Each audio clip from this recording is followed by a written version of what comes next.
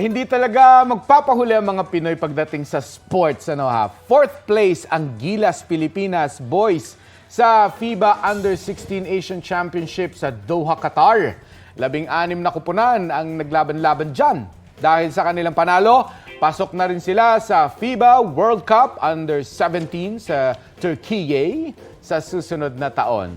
Sa football naman, silver medal ang naiuwi ng Arayat Football Club sa La Liga Youth Under-12 sa Kuala Lumpur, Malaysia.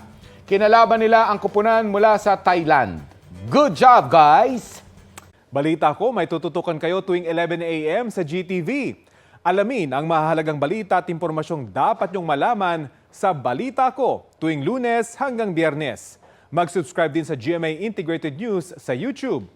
Sa mga kapuso abroad, maaari po kaming masubaybayan sa GMA Pinoy TV at www.gmanews.tv.